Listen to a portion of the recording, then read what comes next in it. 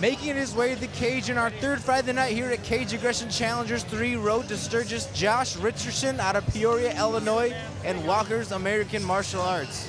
Josh made an interesting point when he was talking about everything that he had been doing coming up to the fights tonight. And he mentioned that he was physically and mentally ready to go to war. And it kind of got me thinking, if there was probably one sport that I had to compare to war, and this is in no disrespect to anybody who has actually served for our country or anything like that, but if there was one sport that I would have to compare to something like that, it would have to be mixed martial arts, combat sports. You're a fighter. What does it feel like to get yourself prepared to go into somewhere knowing you're going to fight and knowing that you're going to get hit, but you're still able to have enough confidence in yourself and your own skills to think that you're going to win? That's just the training. The more you train, the better the outcome. So that when you're caught in a crisis, your body just goes on reserve and starts moving on its own without you really having to tell it much to do. And that's the part of where if you cheated yourself out of that, it's going to show.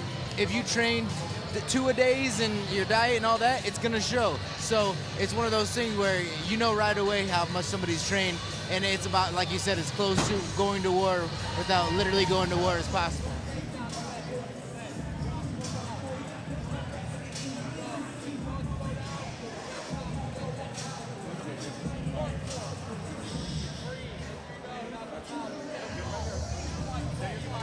Making his way to the cage, Anthony Olalde out of Clinton, Iowa, and Conquest MMA and Ground Wizards Jiu-Jitsu. I know doing this for all the fans that watch us on, CageAggressionEvents.com and also on YouTube and Kick and Make Up, that some of the stuff that we say has to get pretty repetitive, but I had Anthony, who I always ask people, tell me something interesting about yourself or something that you want us to mention. And he wanted me to mention that he can wiggle his ears. All right.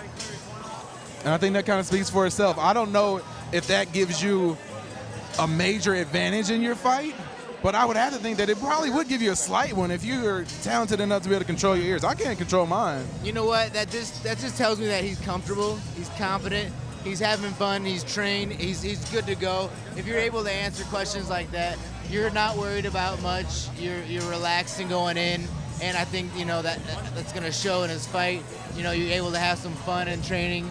It's the guys that, answer the questions where you're just like, well, all right, after their long answer, like he said, I'm going to wiggle my ears. Here we go. Ladies and gentlemen, our third battle of the evening is scheduled for three-minute rounds in the Cage Aggression Amateur Bantamweight Division. Introducing first, fighting out the red corner. He stands 5 feet 10 inches tall and weighed in at 136 1/2 pounds. He trains with Walker's American Martial Arts.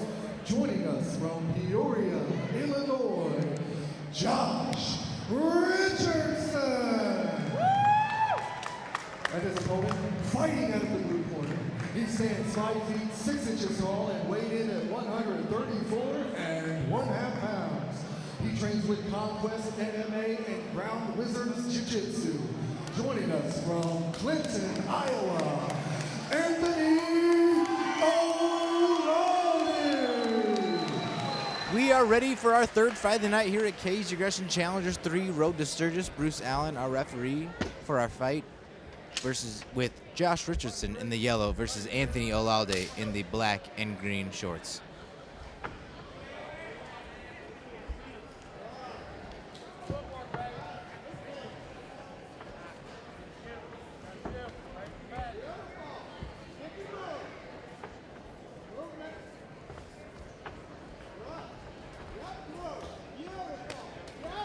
Nice counter from Richardson already. You can kind of see Richardson is looking to almost let Olalde set the pace a little bit. And you can hear Richardson's corner saying, be ready for the shoot. So they have obviously watched some tape on Olalde and know that he's going to try to go for the takedown. I feel like both fighters are very similarly styled as far as body style and going in. I mean, both very tall and lanky. So, I don't know if they're used to that big suplex.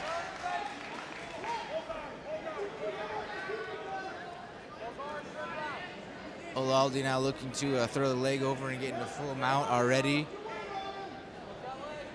Richardson also doing a good job of keeping his leg up to prevent Olalde from getting that last leg over for the full mount. Able to toss him off. Looking for a triangle. Isn't able to get it.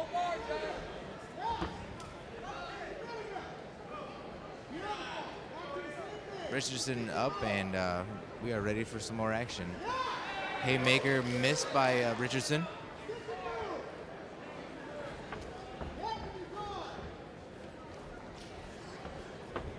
Both fighters very calm as well, too. And I don't know if, just watching this, Travis Brown style fights come to mind watching. It's not just because of the beard that Olalde's rocking, but and it doesn't come across as a lack of energy or anything like that. No, it's just calm, and something's going to happen. And it's a big punch by Olalde that goes through. But no, it's just that it's very calculated, and they're waiting for that right shot. And that shows a lot of talent on both sides, too, that nobody's just going in swinging.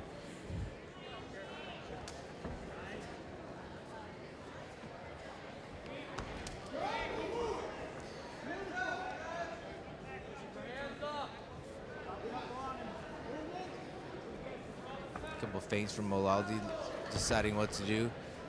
Nice swing, lunging hook from Richardson kind of lands. It did land. I don't know why I said kind of. Didn't make any sense at all. Nice counter from Richardson. And I think that's kind of what it is. Lets him back up and goes right back down. I like that. Ooh. Nice body shot from Olalde. Now we got some swinging action going on. Olalde's going to have to be careful with, lowering his head so much coming in like that. If Richardson is paying attention, he can counter that pretty easily. Big shot from Richardson to end the round. You can see that both of these guys are really calculating their shots and looking to land the correct shot as opposed to just coming in unorthodox and flailing everywhere. In the second round now, they know, who was a little bit better on the ground. They did start swinging towards the end, so it takes a round for some fighters to kind of warm up, and it's a completely different fight the second, third rounds. We are underway for our second round here in our third fight of the night here at Cage Aggression 3, Road to Sturgis.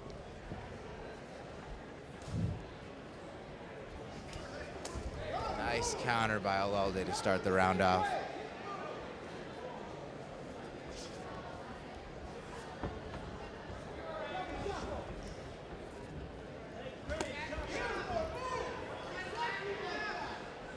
Both guys really looking to stay in the pocket and exchange shots, not really afraid of each other's power at this point.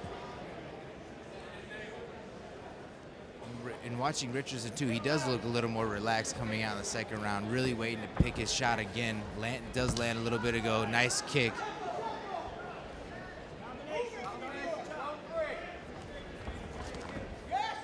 He's really got that right loaded up, just kind of pawing out with the left and then just waiting for the land that right. Nice counter from Olalde.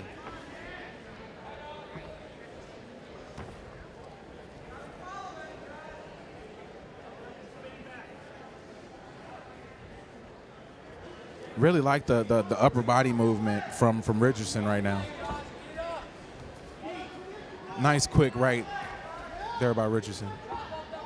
Olalde looking for almost a lunging body shot to go in. He's looking low and throwing high, which is throwing off Richardson a little bit as well.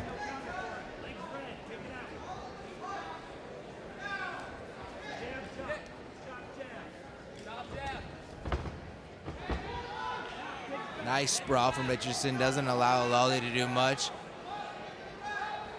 Spins to the back. Doesn't quite get it on. A little bit slippery. Olalde does a nice job. Get back to his feet. Gets him on his wheels a little bit. Olalde was really looking to take advantage of that. And we talk about that a lot when you come out of being on the ground. There's a little second gap where you can probably get some offense off if you time it correctly.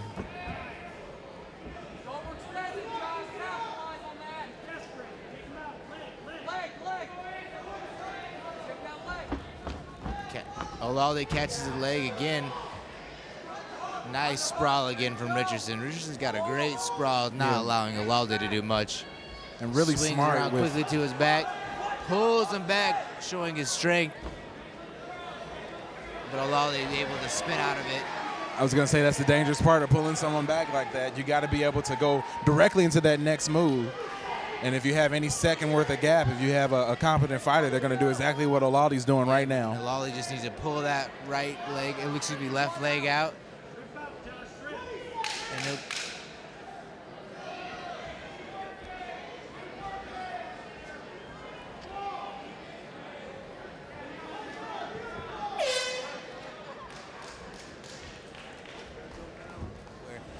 both fighters they're not overexerting themselves, but they are doing just enough to win the round, but I don't know who won that Who's round. winning, right. So it's interesting. The counters are working, so I would start with that. Each fighter knows what the other one's going to do.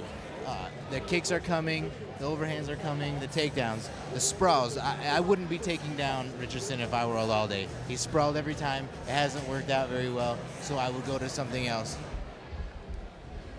And I know a lot of times we talk about how you come into these rounds and it's almost like everybody knows what your cards are when you get to the third round. So are you going to keep rolling with the cards that you got, or are you going to try to change things up a little bit? Great point. This is where I would change something up.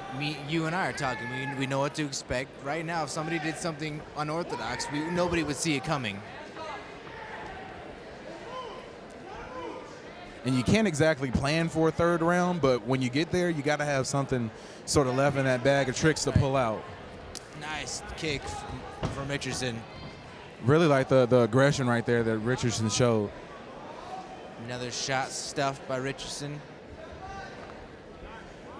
Like I said, some body shots right here. You know he wants to hold on to that arm, but this is where you just kind of rip into the body if you're Richardson.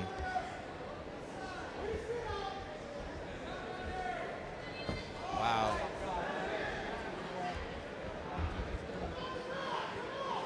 He's looking for the omoplata to go in. He's really got to sit up. Almost gets it too.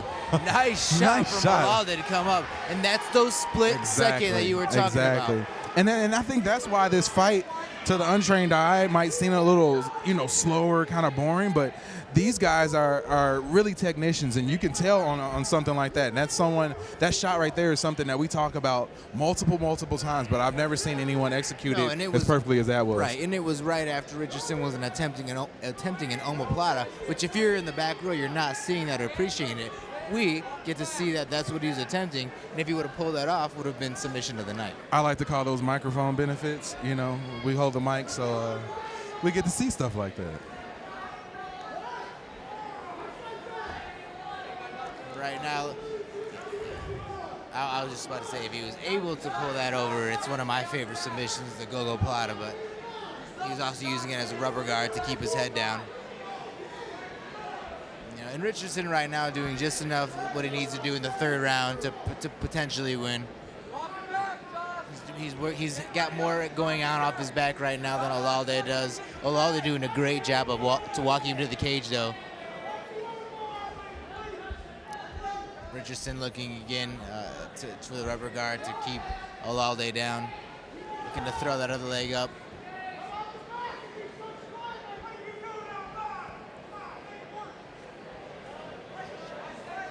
And if you're Olalde here, you're going to have to try your best to be as active as you can right now. And I know it's difficult when you have someone, their leg holding your head down, but Richardson's able to pop out a little bit right now. Bruce Allen stands him up.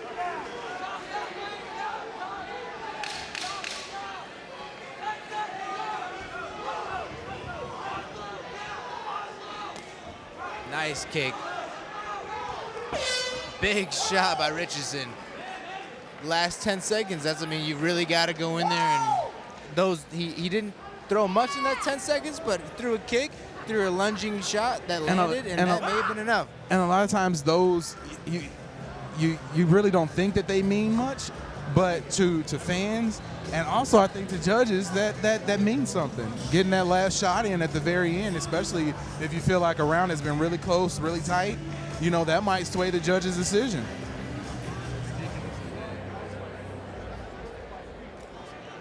Ladies and gentlemen, we go to the judges' scorecards for this decision. Our judges scored this contest 30-27 Richardson, 29-28 Olalde, and 29-28, declaring